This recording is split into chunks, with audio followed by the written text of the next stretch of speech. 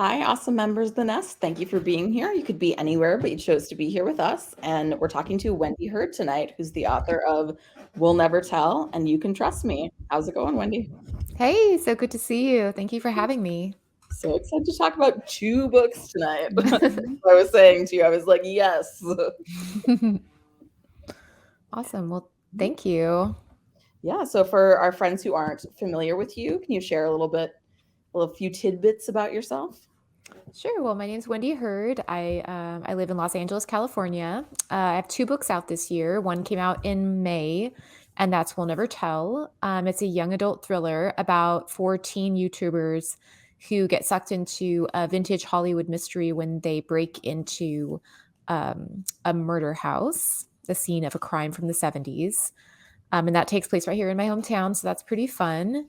And then the next one that just came out this last week is You Can Trust Me. This is an adult suspense novel about two con artist best friends who end up trapped on a private island when one of their long cons goes wrong. Awesome. So exciting. So much to talk about. So we will get into the books soon, but we were really sorry to hear you had long COVID. How has your recovery been, and has it changed how you write or your process? Yeah, it's been pretty wild. I caught COVID about 9 months ago, and from my daughter, she brought it home from school. And it was a little ironic because I was one of those people who was still masking, and my daughter wears a mask at school, and we're very careful, but just snuck past our defenses. And yeah, it really took me down. There were no reasons for it. Like not that that's important, not that like someone else who had pre-existing conditions is like less deserving of health than I am or something, but just to kind of emphasize that, it's so random. I didn't have any pre-existing health conditions. I've never even actually like even had a sinus infection or bronchitis or anything.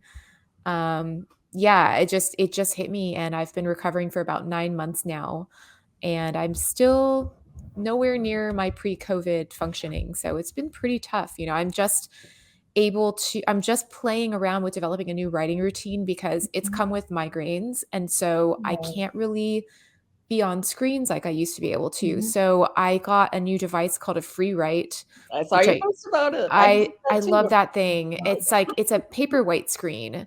So it allows me to draft without having to be on a laptop screen. And so I'm just trying to kind of like figure out how to write in this context. And I'm sure I'm going to end up having to do like maybe more drafts. And really, I'm just trying to retrain my brain. It's like I'm having a hard time calling up the words for things. It's quite a devastating illness. So yeah, be careful out there, everybody. Yeah. Yeah. I'm glad you found some like workarounds, but still, that is rough to have to find those, especially being such an established author. I'm sure you had your set routines. Yeah, for sure. I definitely did. I mean, I've written so many books, and I have the way I do it, like you said. I mean, I've actually used Alpha Smarts in the past to do first drafts just to eliminate distractions. I don't know if y'all have ever like seen the Alpha Smart, but it has like a tiny little screen. You can only see a few lines of text, and then you kind of manually sync it up to your device, and it like types it's really kind of old fashioned. It's pretty cool. So I've used that before. So thank God I had like some experience working like that. But yeah, it's definitely quite disruptive, and like to try to retrain your brain how to do things after you've been doing them for a long time. Yeah. Yeah, I mean, I had gotten the free write travel one mainly because I am easily distracted when writing. Yeah. It's great. It's a great little device. I really enjoy it. It has a weird little lag when you type and then it appears on the screen like a second later. That could be a little weird because you realize you made a typo and you're like, do I go back for it? So it is kind of weird. You got to get used to it. And I never realized how many typos I make until I don't have autocorrect.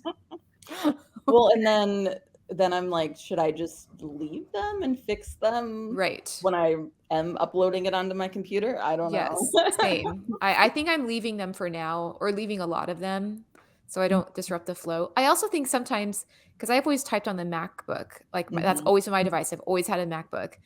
and it gets you typing really fast, like very, very fast. Like I think I do like 100 words a minute. And it doesn't always translate onto a different keyboard to type that fast. You have to like force Right. yourself to slow down a little bit. So that's kind of weird for the brain too, right? Because you're like, think slower. Switching to Yeah. a new keyboard even just Yeah. totally throws me on how fast I could type, and Yeah. it's wild. Mm-hmm. I do Yeah. a lot of CAD drafting, so even just like how far the space bar is, because I'm used to Yes. just like bouncing between enter and space bar, and For when they're not sure. the right distance apart. Yeah, 100%. I also noticed that the Apple keyboard, the space bar is really light touch responsive, and Yeah. almost all other space bars require like a harder tap. And that is like for me the hardest thing to get used to because I end up just blending all the words together because Nothing I'm not hitting the space bar hard enough. Yeah. Anyway, it's weird. Oh, well, since you already said you're in LA, can you tell us about some of your favorite local places, whether it's bookstores, restaurants, museums? I don't know. Okay, there's a new bookstore in LA that I'm so excited about, and you'll understand why. So it's called Annabelle's. I think it's called actually Annabelle's Book Club because it started out as an online book club. And so that's why I'm like, you guys are gonna be so excited about this. But check it out. It is a teenager who had a thriving Bookstagram account. And I just sat down with her and she interviewed me. And I got to like, I was interviewing her. I was like, wait, hold on. Like, forget about me. I just write books. It doesn't matter. Like, I need to talk to you. Um, but she like Oh, had a cool. thriving like Bookstagram account. She's a high school chick. I mean, she's amazing. And she started accumulating all these books that she would read once and then she was like, what do I do with these? And so she started doing like pop-up gently used book stores at like the LA Times Festival of Books or here and there. She would like do a pop-up store and she turned it into a storefront and it's like in Studio City on Ventura Boulevard. It's the only YA focused bookstore in the LA area and it's run by a teenager and That's she's so incredible. cool. So if anyone's in LA, I'm going to be shouting about this. She's such a nice person. And like, she was interviewing me and she's like, I just took my AP test. I'm like, you are the coolest person I've ever met. She's That's awesome. amazing. Right? Yeah. So highly recommend. And then of course we have Vroman's, which is my favorite indie, just like generalist bookstore. It's huge. It's like the oldest indie in LA. And they also own Book Soup, which is on the Sunset Strip. So we have some really cool indie bookstores in LA. Yeah. Awesome. Yeah, this bookstore looks so cute. Are you looking at Annabelle's? Yes. It is adorable. And it's in a great area. It's on Ventura, which is like quite the nice area. You know what I mean? Like it is a really good spot. I'm so impressed. Oh, I hope she does so well. I know. Yeah, same. I hope she just like continues to grow and maybe she has an empire and she franchises. Right. Yes. Yeah. Be the next Lambda. Yeah. I mean, she's so awesome. Super cool. So we also heard that you have a whole lot of 80s collection books. Which books are your favorites? I have a whole shelf, not in here, I would show you, but like it's in the other room, of Christopher Pike books. Did you all ever read any Christopher Pike books? I started recollecting them like in the 80s. They were new and I was too young for them. But then when I started to get old enough to want them, they were used in the bookstores. So I would like grab them for $1. And that's when I got kind of hooked on them. So then I went and started collecting them and then they got lost to the sands of time. And then I started like trying to refine them and stuff. So I love them. I like the size of them. They're small. I like how his books, I noticed this about 80s thrillers. I feel like writers in the 80s would combine the thriller genre with all different other genres. It could be like a science fiction thriller, a speculative thriller, a paranormal thriller. Like Christopher Pike has this one where like the solution is that it's like ancient dinosaur civilization people. Like it's so weird. And then sometimes it's just a straight like slasher. Like I love that genre. It seemed like it had so much room for genre bending and more than we do now, honestly. And I think that's cool. Crossovers are my favorites. I love those. Yes. I'm a historical fiction nerd, but I tend to gravitate to the like horror and Mhm. thriller historical fictions recently. Yeah, those are really cool. Those are so cool. Yeah. I too. I like it when I'm reading something and there's an element that takes me by surprise and I'm like, "Oh my God, like this is a little paranormal. I wouldn't have known that." That's Ooh, those are, cool. yeah, like the low grade fantasy too of like Mhm. witches, but they're real. Like Yeah. the magic is real, but just a little bit. Yeah, I'm in. Like I'm in for the weird journeys that take you by surprise. I personally wish we didn't segregate the genders or the genders, hello, the genres. That too. That too. The genres so like explicitly, right? I wish we didn't have such hard lines between the genres these days. Yeah. Well, so we need to hear more about your podcast, Unlikable Female Characters. Are you still working on that? Like, will we see more episodes anytime? We left it open. I mean, we definitely felt at some point like there were a few things. Like, first of all, we love the subject matter and we had a great time. We interviewed so many interesting people and we just got really into the content. It just worked out that way that we were all writing characters and publishing characters that got called that. And it just turned into a topic we wanted to talk about, you know? And I feel like we like plumbed the bottoms of this topic, you know? As much as three white ladies could plumb them. You know what I mean? Like I feel like we got to the bottom of what we had to say about it. That's not to say that we'll never pick it back up, but for now we just kind of set it down. We were like, I feel like we felt like we had done what we came to do, you know? Yeah. Awesome. That was a fun podcast though. It was really fun getting to talk to all the people we did and kind of, you know, be angry women on the internet. That was awesome. It is the best, the angry woman on the internet. Yeah.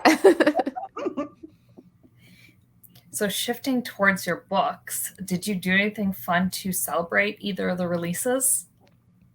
Yeah, it's funny because I got kind of it was a pretty big month. I had 2 books at the same time, and so it was kind of like over here, over here, over here. So it was funny. I took a moment where I was like, we should do something fun. So took my daughter and we got manicures, and then on the other one we like went out to dinner, you know. Nice. Yeah. Yeah. Nothing too crazy. Really fun and low key. Yeah. I mean, I didn't do like in-person launches for these. Yeah. So it was weird. It was like everything was online. So it was a little bit low key in a good way. Like it actually felt nice to do things online. It was like, okay, you know, it was less stress. And then just because of long COVID, I couldn't do any like big parties or lunches. It's too much for me. So it worked out well. I have enjoyed how many things have stayed online because I feel like you can access more. Yeah. There's no way, you know, you can make it to all these different states. You get so in, but this way you can hit all over in a wider audience. And I like that, like for example, I've done events with libraries, and I like that events are something that bookstores can have in an archive also that they can use for publicity. Like I like that it's something that hopefully benefits the person hosting, and that they have an archival like historical record they can go back to and pull from for social media and stuff that's good for them. Yeah. So let's start with We'll Never Tell. Can you tell us a little bit more about that? And did it inspire you to want to do a YouTube show? So I don't know why, but I've always got this like breaking and entering fast.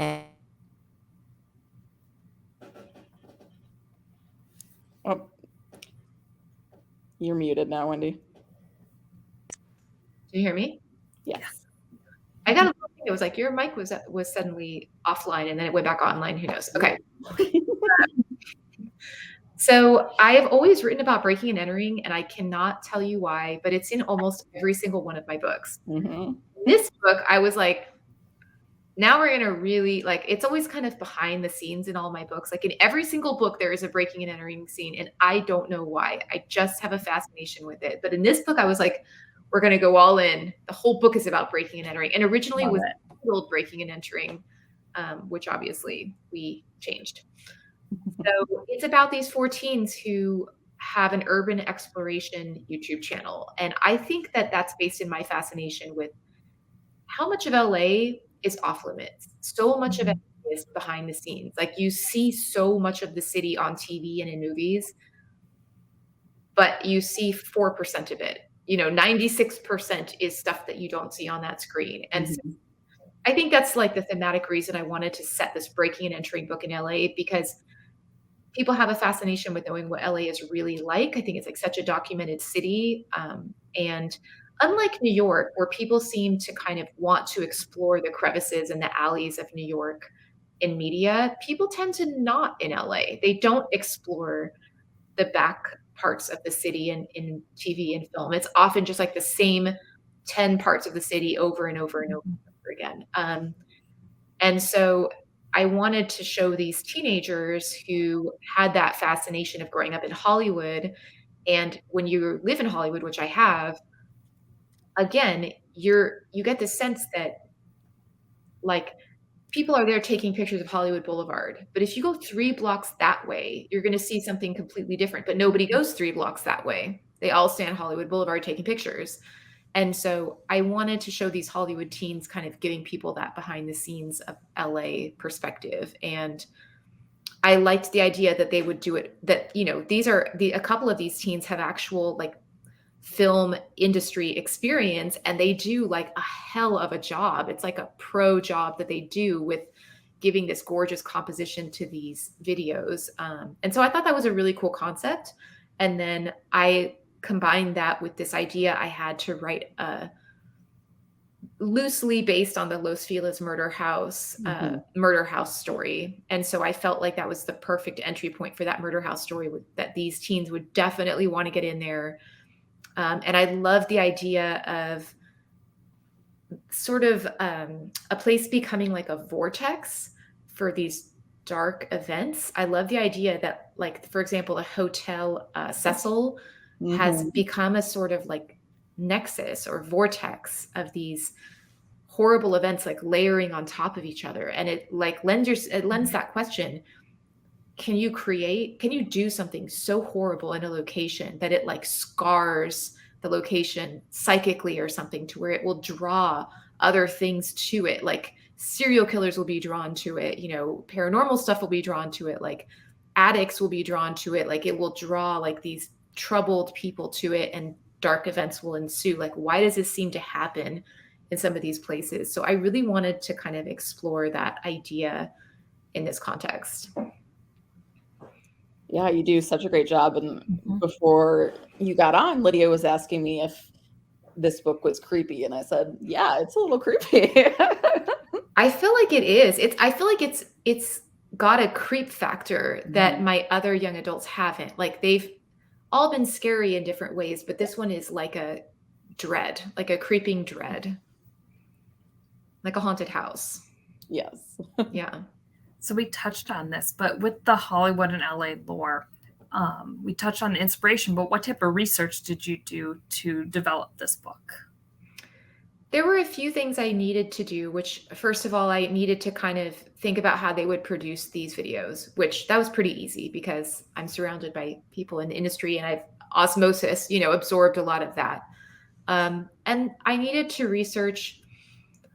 So like this is their last video, but I had to kind of mention which other places that they have broken into before. So I needed to have, a little list of places that they could refer back to. So I had to research those, like some other places that they might have already explored.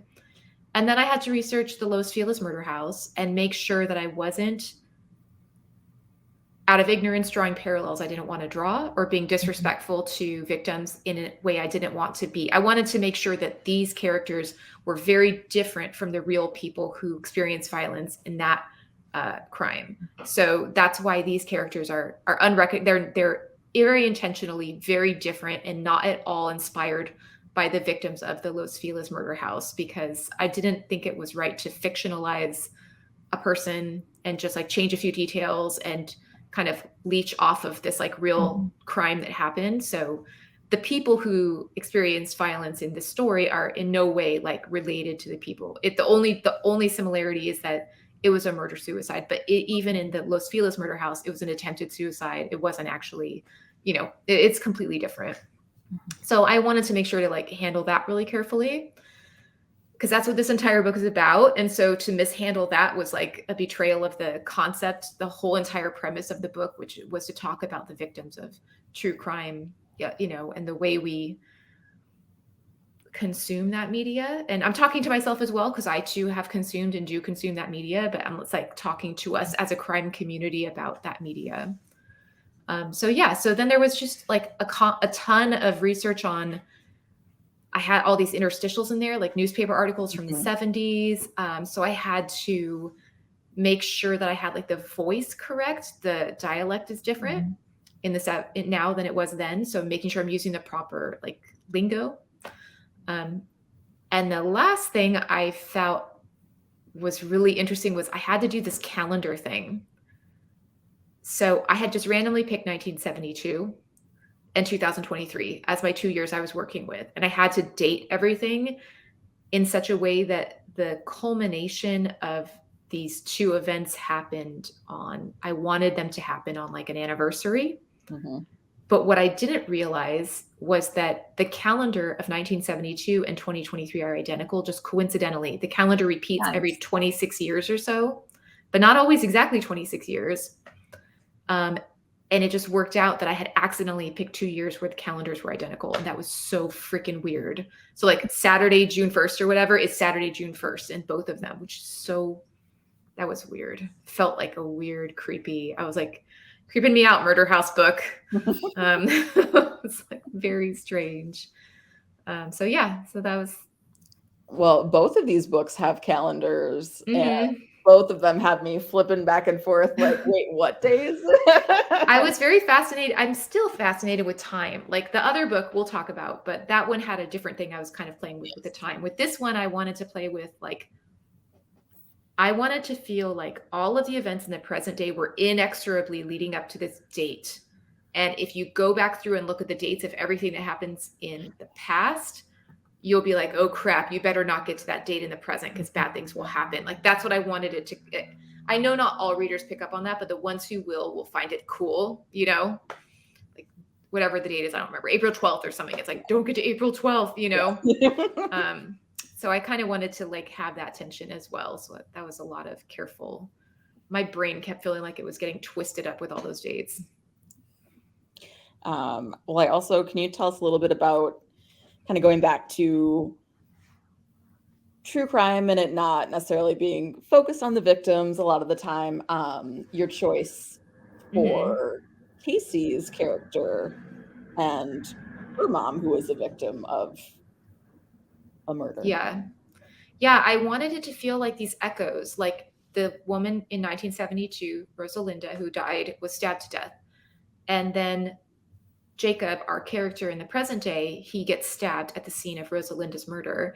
But the main character, Casey, is feeling nervous going into that because her mother was stabbed to death. So I wanted to kind of like bring these three stabbings together and explore like three different kind of aspects of this one type of event, which is a victim getting obviously attacked against their will, and what happens in that case. You know, in Jacob's case, I really don't want to give spoilers because it is kind of like the mystery of the book. But, you know, it's kind of like how Rosalinda was handled, how Casey's mom was handled. Those are two very like contrasting attacks on women, because Casey's mom is just a working class 20-something, lives in an apartment, works in a bar, and it's just kind of like, oh, well, we don't really know what happened. And Rosalind is a beautiful blonde movie star, and it's very different. Yeah. So I already talked a little bit about the calendar part, but how did you develop like the pacing and the clues to kind of maintain the suspense of the story? Yeah, this mystery was really tough because it's not just the clues in the present day, it's the clues in the past and when I'm going to put those in. So what I did was I wrote out the present day and I wrote out the things in the past that I thought I wanted to include. And then I kind of patchworked them in together. So like for Casey in the present day, it's like I had to identify what's she going to think happened? What is the reader going to think that happened? What are the police going to think that happened? And then what actually happened? And try to figure out intuitively the best way to weave those together. So like, I want you thinking, as Casey's thinking this, I want you to be thinking that. Mm-hmm. As the police are thinking this, I want this other thing in the background to be sneaking its way in, you know? And I want it to feel like a twist. Like when the police are like, we think this, I want you, the reader, to be, I want you to be like, I kind of told you, Casey. I kind of told you this was coming. You were so focused on this, but I kind of told you, but then you're wrong. I want it to be this other thing. You know what I mean? So it's kind of like trying to figure out a way to like drop clues to the reader without Casey picking up on it. Casey takes for granted that it can't be this because of this. But you, the reader, are like, wait a minute, actually, wait, Casey, you're overlooking something. Like I wanted to kind of feel like that. And then everyone's wrong. Well, and even when Jacob's point of view comes in the past, and then I'm like, oh, wait, now what's this going to reveal? And, Oh, Jacob. I love baby Jacob. He's my little ADHD chaos gremlin baby. I love him. He's so cute. I can definitely picture him in his Misfits shirt. And he's just like big feelings. Like I love him. He's my baby. So speaking of that, with these teenage emotion relationships are often messy. So as an adult, how did you approach writing them to still feel authentic to younger readers? I mean, it's not hard for me to access those memories, like, because as you know, you grow up, but your teenage self is still a part of you. And it's not so hard to like go into your head and remember what that felt like and remember what it was like to be that younger person. And so I think for young adult authors, we maybe were like even more in touch with that teenage self than other people are, because it doesn't feel difficult at all to be like, oh, I know exactly what this would feel like. He did what? He said what? You saw them doing what? Like I get into it. I'm like, oh my God, So like, I think it's kind of like acting. You adopt the persona of the person that you're writing, and it just kind of comes naturally. Awesome. Yeah. Yeah, I feel like I can still access at least parts of that teenage self. So yeah, they're still in there, Everything felt so huge. Oh yeah, it did. It was so huge. It's like the first time things happen to you, it feels massive.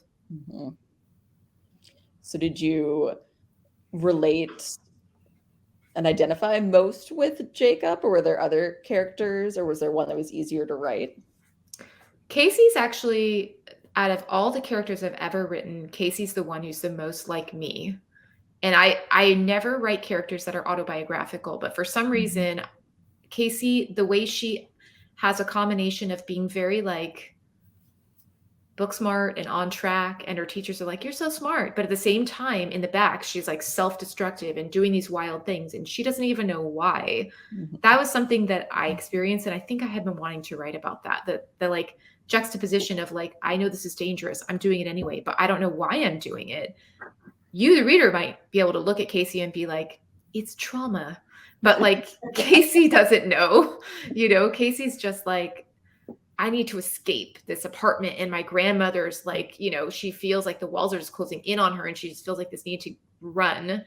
And I think that's something a lot of teenagers feel, and it's a natural like evolution of your need to separate. But I think she's the most like me. Jacob is more like, I don't know. Jacob is more like of a friend I would have, I love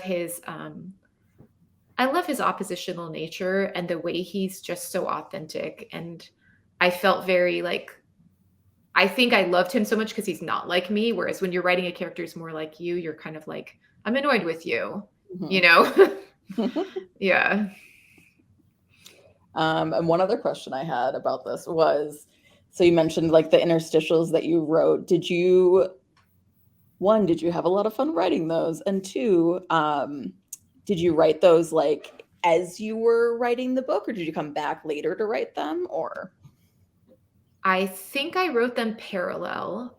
I think I kept them in a separate file and then combined them later, but I did write them at the same time. Like I would get to a point and I'd be like, I know what kind of interstitial I need next. And then I'd go hop over and write that. And then I'd come back and I'd get to a point and be like, okay, I know what I need to add, but earlier, you know what I mean? And I would like start, I didn't expect to get into all the stuff with the medium and all of that until I got really into writing the book. And then I was like, I think that's what this needs. I think this needs that. And then I kind of went back and redid the interstitials.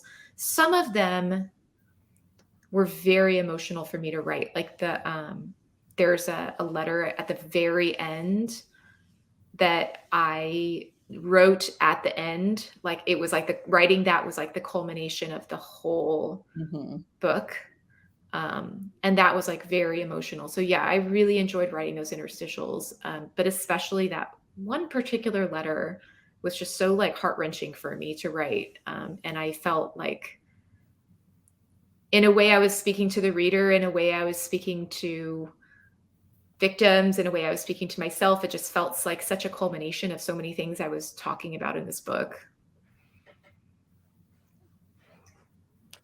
Yeah, I just always enjoy interstitials in books so much. And so I'm Me like, too. whenever I write a book, I need to have interstitials somehow. I've never done them. And the newspaper article thing, the way they formatted it was so cool. I love that it looks like a newspaper. It I was like, does, yeah. yes, it does. It's cool. I wasn't expecting that. I love it. It really makes it stand out once you flip to that page and you're like, oh. Yes, I loved it. I thought they did a good job. Well, we're going to jump on now. Move to the You Can Trust Me land. Yeah. Can you share what inspired You Can Trust Me? So this book was mostly, some books are like idea first and some are character first. This one was character first. I had had Summer for a long time, years. 2 other books I had tried to put her into, and both of them had just not worked out to feel right. And so I was looking for the right adventure for her to go on. And it occurred to me that like, in order for her to go on an adventure, she needed like the right companion. I needed to give her a companion because Summer alone is a bit of a creature of habit. And she's a little stuck in her ways in a weird way because she's so like bohemian, off grid and all these things, but she so plays it safe. I was like, I need her to have a companion that like forces her outside of her comfort zone. And that is what will send them on their adventure. So I was like character first and then find the story that makes the most sense for these 2 characters to get into. So yeah, I kind of pictured her having to be, she's such a big sister by nature. You know, she's the practical one. She's the grounded one. She can read people like a book. She's the one who's protective. And, you know, she's healing her inner child by protecting someone who, when no one ever protected her. Right. So that's very meaningful to her to be in that like protective role. So I kind of got all of that going. And then I thought, okay, but what bad thing's going to happen to them? And so it's like, yeah, you know, it makes sense that this is what would happen once you frame it in terms of these 2 characters living their life happy as can be, or sort of. And, you know, Leo, Summer's adopted little sister, she's not a great pickpocket like Summer is. I mean, no one can do it like someone who's been doing it since they were a kid, but she is really, really good at charming older men, as someone like Leo would be. You know, she's got that like manic pixie dream girl, but I'll do it just how you like it, you know? And so she's climbing the corporate ladder, except, you know, by that I mean she's climbing the ladder of rich men to rich men. and she sets her sights on one, and everything kind of goes haywire from there. Can you tell our members about Summer's background? Because as soon as you said this in the book, I was like, holy shit, this is wild. But I know there are people out here who have a similar background, I'm sure. Yeah, Summer was raised nomadic, and her mom, I grew up in California, so I have seen this stuff. My dad's in Northern California, so like, this is the stuff. This is real. But her mom's a hippie. She has like a van and a group of rotating bohemian hippie people, and they just kind of travel together. They go to campgrounds. They kind of go to RV parks. They just like travel around, and, you know, they just get whatever work they can. There's usually a couple drug dealers among them. There's usually some thievery, a lot of panhandling, and they just kind of, have a little bit of a spiritual element. Like a lot of times they get involved with different kinds of cults and different spiritual leaders, which her mom's had a number of those. And so Summer at age 8 taught herself how to pickpocket because her mom was so unreliable. She was like, I don't trust this lady. So yeah, she started pickpocketing, and that's just how she grew up. She doesn't have a last name. She doesn't have a birth certificate. She doesn't have anything. And when she does try, when her mom abandons her when she's 17, she does give it one good shot to see if there's a way to legitimize herself. And it's pretty much a no-go. And that's really how the system works. Like I try to show readers, like I've done research into the foster system, social services, and like this is how they would handle. They wouldn't really know what to do with her, and they deal with these cases more in like the rural parts of the country than they do in California. California is not very knowledgeable about how to handle kids who are born off grid. And so they don't know what to do with her. It's probably going to be a group home. It's probably going to be scary. So she stays off grid and she lives her life like that. And that's how she's living her life when she meets Leo when she's, I think, 26 or so, 27. Well, and even like when she is trying to get help from Child Protective Services, and they're like, well, I mean, we can't even prove that you were born in the country, so you're going to be deported, maybe. They're like, we don't know that you're an American citizen. We don't have any proof that you were born here. So, but we don't know where to deport you to either. Usually when they don't know where to deport people to, they just drop them off in TJ, is the California way. So that maybe like they don't know what to do with her. And so that's really freaking scary. So she takes the hell off in a way that I worked on really hard. I was like, I want Summer to get out of this police station in a very memorable way. Yeah. Like I want this to be like her launch. It was memorable. I was like, whoa, how was she prepared for this? All right. She was ready. Summer's always ready. That's the thing about Summer. She's always prepared. And that hypervigilance is something I wanted to really like unpack in her character and like what that does to you to be hypervigilant like that all the time for your entire life. Well, and then just to cut in, Lydia, sorry, to our script for a second. What other 2 books had you tried to place Summer in? Because I have guesses, but I wanted to hear from you. There's nothing I've published. I had a book that was going to be after Hunting Annabelle. That was going to be my book 2, but it didn't work out because it had speculative elements, genre. I still want to write this book someday, so dibs, nobody steal it. Just kidding. I have a book where I had it where she was a nomadic character in that book too. And she, like in the 90s in California, there were a lot of earthquakes all over the state. And I was like, wouldn't it be interesting if someone was at the center of all those earthquakes and like everywhere they were, earthquake kept happening and they couldn't figure out why. And so I like needed a nomadic character who would have been at the epicenter of all these different earthquakes. So that was her story. And that didn't go. It just wasn't the right book for that book deal. And then I tried to put her in a book where she meets in her nomadic escapades, like she's just doing her life, and she comes across an escapee from a cult, and she ends up on the run with this like teenage escapee. And I liked so much the dynamic of her having a little sister in that one that's why I decided to give her Leo. But I was like, not a teenager though, just a younger woman, just like someone 5 years younger than her, like a little sister, but not like someone young enough to be her daughter, So that was why I kind of like reframed that. See, I could have seen her being a part of the Kill Club. Yeah. In some way. And then I could have seen her with the girls in Dead End Girls, like you're right. Yeah. How to do stuff. You're right. Yeah, no, she was always the main character though. I just didn't have the right story for her. Someone has main character energy, There was a glowing review from Kate Quinn who called your characters spiked but lovable. So did you touch on this a little bit, but were the personalities fully developed before you started this specific book? Or did her character kind of morph with the dialogue and story? They did morph because the thing I was missing with Summer was her vulnerable points. Like, Summer's vulnerable points are obvious. Like, she's lived such a hard life, she's got such a wall up, but that's not what I needed. That's not the good stuff. The good stuff is her fear of losing Leo. Leo's restlessness makes Summer worried that this is not going to be enough for her forever, and rightfully so, right?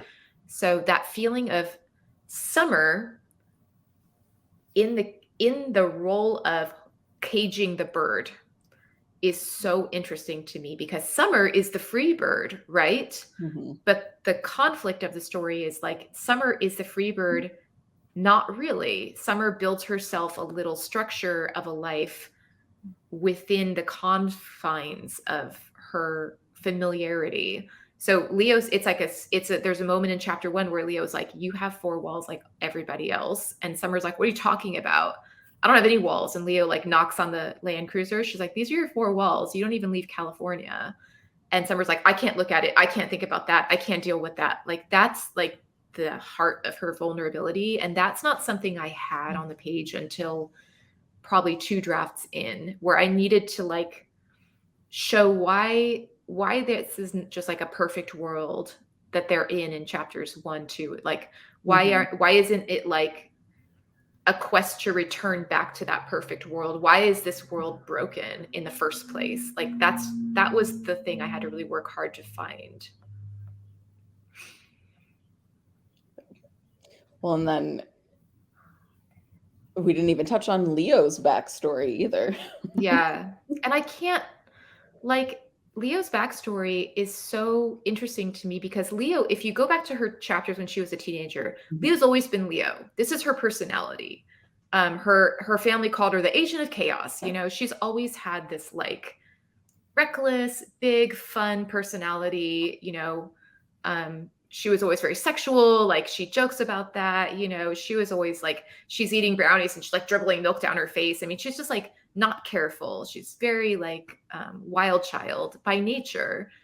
So I wanted to show how, like, I think oftentimes for women, we get depicted as like, I used to be so blah, blah, blah. But then this trauma happened to me and it changed me completely into this whole other person, especially like with sexual violence. Like, the ladies of Unlikable Female Characters and I, we call it like the radioactive rape spider, where it's like you get bit by the spider and you turn into an assassin, you know? And it's like, stop giving our trauma that much power over us. It doesn't turn us into an entirely different person. It's just that sometimes these parts of our personalities, when encountering trauma, can diverge into these, can take us into path you might not have expected if you had stayed on the straight and narrow or whatever. So I wanted to show that in Leo, like how those parts of her personality, when confronted with the death of her sister, caused her to really kind of go off into the great unknown and be like, I can't look behind me. I can't look behind me. I can't look behind me. Like, don't look in the rearview mirror. Just keep driving. And like what it feels like to be someone like that. Like, Leo's very reckless. And I think I was like, readers are going to be very hard on Leo because she makes so many stupid decisions. But I was hoping to like show enough of the interiority and the why that we would kind of at least sympathize, if not empathize. I love Leo. I loved her, just like, I can't remember what the lines are right now, but her open doors. Yeah, and just like say yes to life. Joking with Michael about the different things that he's planning for them on the island or what they're She's like, are you going to 50 Shades me? Yeah. I love Leo. 50 Shades in bed for a second. She was like, just let's have it. Where's your dungeon? And he's like, I don't have one, but I'll build one if you want it. And it's like, do you though? Do you have a dungeon, Michael? TBD. So how did you go about thinking of the different cons and schemes these women do? Yeah. So like Summer was always easy for me because I always pictured her as like a small-time thief. Like, Summer is a Robin Hood character where it's more about Summer versus the systems than about Summer versus the people. You know, the rich people are faceless to her. And she sees her thievery of their credit cards and stuff as an honestly victimless crime. She's like, all they got to do is call the credit card company and they'll get the money back. It's not that big of a deal. You know, she's like, I'm stealing from the credit card companies. Really, it's her thinking behind it. Taking some cash out of this dude's wallet when he's got so much money, to her is just like, she's Robin Hooding it up. She doesn't really think of that as like a crime against Chad. You know, she doesn't really humanize Chad in her mind because that is something she cannot understand. And I thought that was interesting because while it's sympathetic of us to her, it is still, she is dehumanizing people. But I think we too probably don't care too much if Chad's drinking money got stolen by Summer. We're not super upset that she stole Chad's bundle of cash that he was going to use to buy shots, right? And I always have pictured Summer doing things like shoplifting. I could see Summer, like I picture her being like a master shoplifter, stuff like that, you know, just like lifting, like gift card schemes, like, you know, all kinds of stuff. Just in her mind, victimless crime. Summer's not the person who's going to hold someone up at gunpoint and traumatize them and like ruin their lives. And Leo feels like she has victimless crimes too, you know, and I wanted it to be that these aren't bad women. These aren't like criminal enterprises where they're like victimizing anybody. I wanted it to just be about they're trying to survive. You know, and I wanted us to be able to be on their teams and be like, I could understand why you would do this. I could see myself doing this in the right circumstances. I didn't want them to do anything that would make us feel like they were dangerous or of any kind of, you know, it's just not who they are. So that's why I was planning. I was just trying to find ways to have them do these crimes without it being hurtful to anybody that we would be upset about as a reader. I'm sure some readers will still be mad about the pickpocketing, and that's fair. I get it. I personally, I'm not worried about Chad's money. Sorry. Yeah. Were you practicing how to violently take a bracelet off someone's wrist? It is so hard. I had to do so much research. I mean, how she does it is how they do it. Yeah. It's how you can get your jewelry stolen on the streets of any city with lots of pickpocketing. I've had it done to me, and the person who was doing it did not do it as well as Summer does it. But I can attest that it is very difficult to feel that bracelet come off your wrist. If you're distracted and looking around, 100% it's possible. So I kind of like tested everything, but lots of reading, lots and lots of reading. So with both of these books, kind of jumping between the two, what do you see as the most important elements to keeping a thriller or mystery fresh and engaging? Well, I'm personally like a big proponent of pacing. Like I think I've done like so much work on beat sheets, and plotting is like a big interest of mine. I feel like getting those plot points to hit when they need to hit is most of that in thrillers, because I think people go into thrillers thinking like, I'm getting on a roller coaster, I'm getting on a ride. And like in a roller coaster, there are fun times when it's like you climbing uphill and you're like, what's going to happen? What's going to happen? But if that climb is too long, you're like, oh my God, how long have I been on this roller coaster? Like you need those like ups and downs. And so I think a lot about like, right here, I need a hit, like I need a plot point hit. So that either needs to be like a romantic moment, a scary moment, something that's going to cause the heart to beat faster. And so I think about those in thrillers a lot. Like what's going to surprise me, what is going to be, get that nervous system going, you know? And so I think about that a lot when I'm like playing with which plot points should go where. It's very cool. I have not really heard about beat sheets. So now I'm looking that up. Yeah. Save the Cat. I mean, it's been really helpful to me. And when you know the rules, it's easier to break them or invert them. And it helps you understand when you get feedback, like this is feeling slow right now, because people are used to consuming media that's made using beat sheets. So even if you don't want to use them, understanding them can be really helpful, because if you get that feedback that part of it's feeling slow, then you pull out the beat sheet. You're like, oh, because that's where this would normally go. Well, I don't want to do that because I don't like beat sheets. So maybe I can do something else that will give the reader a feeling there, you know? So it's a helpful tool. It's like horror movies, the 45-minute mark. You're always going to have Yes. something big happen at that 45-minute mark. That's that midpoint hit. Yep. Mm-hmm. So what do you hope that readers take away from either of these books?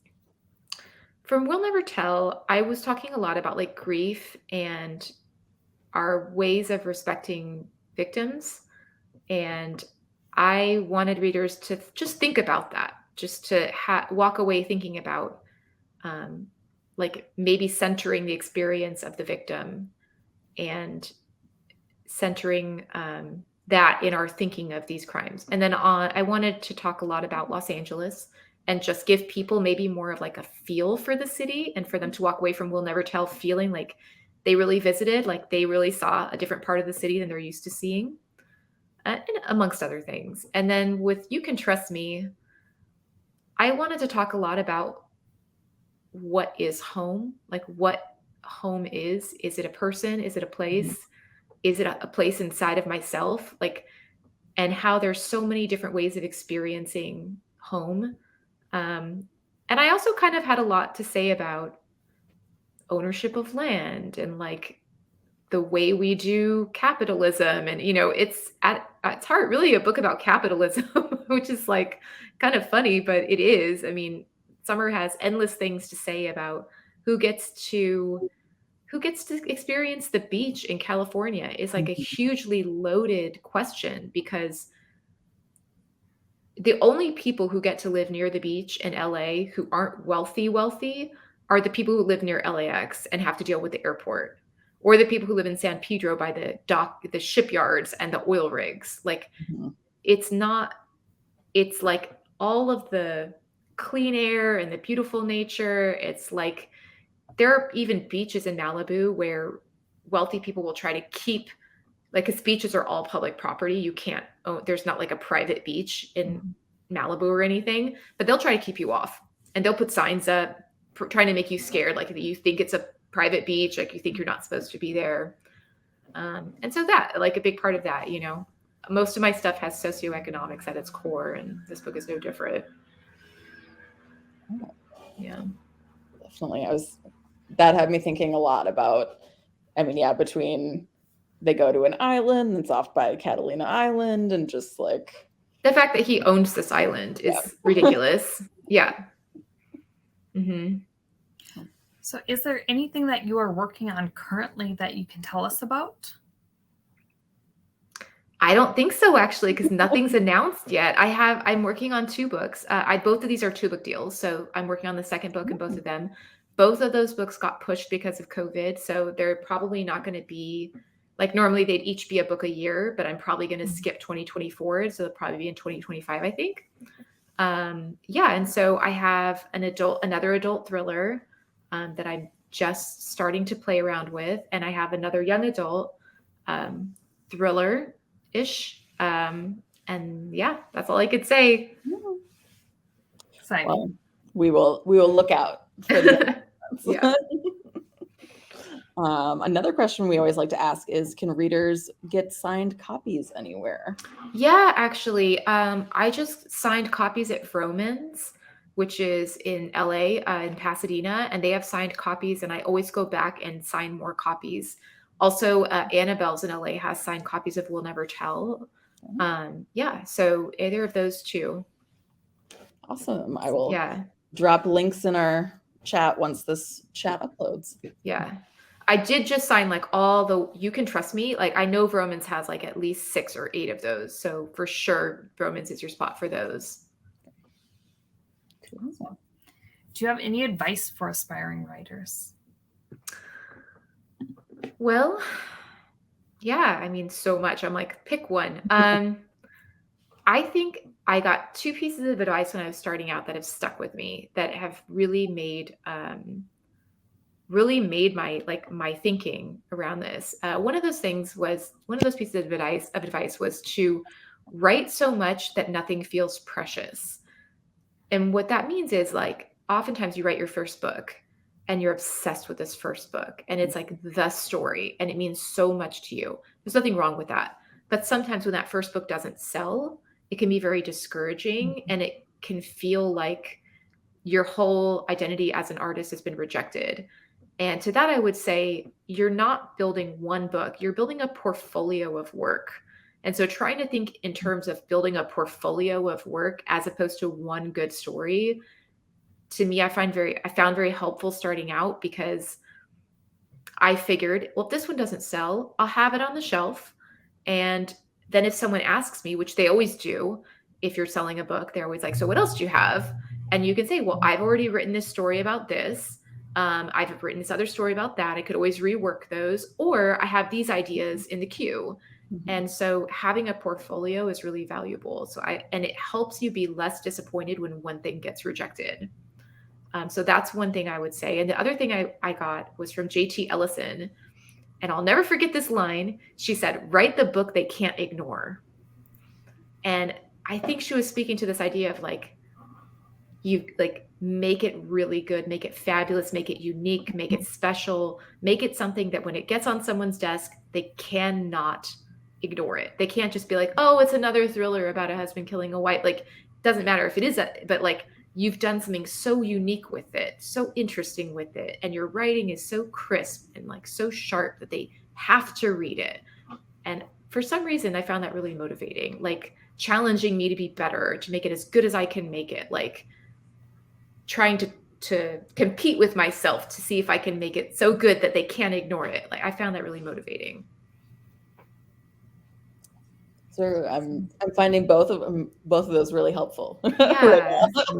I can't remember who gave me the first piece of advice, but I think it goes all the way back to art school. So yeah, it's been many years, but that really stuck with me. So last question we're going to ask is, can you tell us what either like a few of your top books you've read this year so far are, or any books you're excited about coming out? Yeah. Oh my gosh. It's so funny when you ask that, because I've been reading like a mad woman lately. And the second you asked me that question, my mind drew a complete blank and was like, I've never read any books. I don't know what you're talking about. Like, never read a thing. So there's one book that came out today called The Spare Room, by Andrea Bartz. I'm really excited to read that. I did not know this until my friend, my book wife, Lane Fargo, told me that there's like queer stuff in it. I was like, what? Yeah. So excited. I love Andy. We talked to her for her last book. We Were Never Here. I like that book a lot. So so that one's in the mail. I can't wait to get it. I would say probably my favorite book in my genre that I've read so far this year has been by Wanda Morris, called Anywhere You Run. Have you read that? It's a historical thriller. I read her first book. Okay. This one is so different. It's in the 60s. It's set in the Jim Crow South. And she's from Georgia. And she has family all over. Like, she's interviewing, like, the research she did. I asked her about it. I was like, dude, you did research. And she's like, I did research. I mean, she's down there in the archives. She's talking to family members. She's interviewing other people. I mean, and everything from the dialect of the times to the set pieces, like the Band-Aid boxes and like the ointments they use and like the things they're drinking and the objects they're interacting with, everything feels so real. And I love these two sisters. I thought that book was fantastic. It's about two sisters who, one of them, they end up like both on the run from the same man. One of them is like gets accidentally involved in the murder of a white man, and then the other one gets pregnant out of wedlock, and they both end up on the run for different reasons. And then they're just the tale of the sisterhood between them is really nice. So that one I would recommend everybody read. Yeah, I'm gonna have to move that up. I mean, there were a little bit of the inklings of some of the backstory of that in the other book, even though they're not related. Exactly. Yeah. Yes. And I don't want to say too much, but like, yes, they're related. And it was funny because when I was reading her first one, she was my Pitch Wars mentee back when Pitch Wars was a thing. Her first book was my Pitch Wars mentee book. Oh, fun. And I remember telling her, like, the historical parts of this book are freaking magic. Like, Mhm. I would read a historical novel by you so hard. And when her book 2 was historical, I was like, yes. I like historical, though. I know some people don't. I'm a big fan. Historical fictions are my jam. I love them. It's so cool. It's so immersive. Mhm. Yeah. Highly recommend that one. Would you ever go into historical fiction? Yeah, actually, my very first novel, Hunting Annabelle, is in the 80s, which is technically historical. Mm-hmm. It is, yeah. And that was hard. I would do it again, though. It was really fun. Yeah. Well, there was a member was looking for a book set in the 80s the other day. Hunting Annabelle is real 80s. It's real 80s up in there. I mean, he's got a feather earring. Yes. Oh my gosh. Well, Wendy, thank you so much for joining us. We love having you. We'd love to have you back whenever the next books come out. Awesome. Well, thank you for having me. This was a really, really great conversation. It was really nice getting a chance to talk to you. And thank you, The Nest, for being here. Our next author chat is happening on Friday, June 23rd at 8 p.m. Eastern. And it's our Voices of Middle Grade panel with a couple of guest moderators, Ida Salazar, Yamil Said Mendez, and then a couple of other authors, Guadalupe Garcia McCall, Sadia Farouk, and Hilda Burgos. All right. Have a good night, everyone.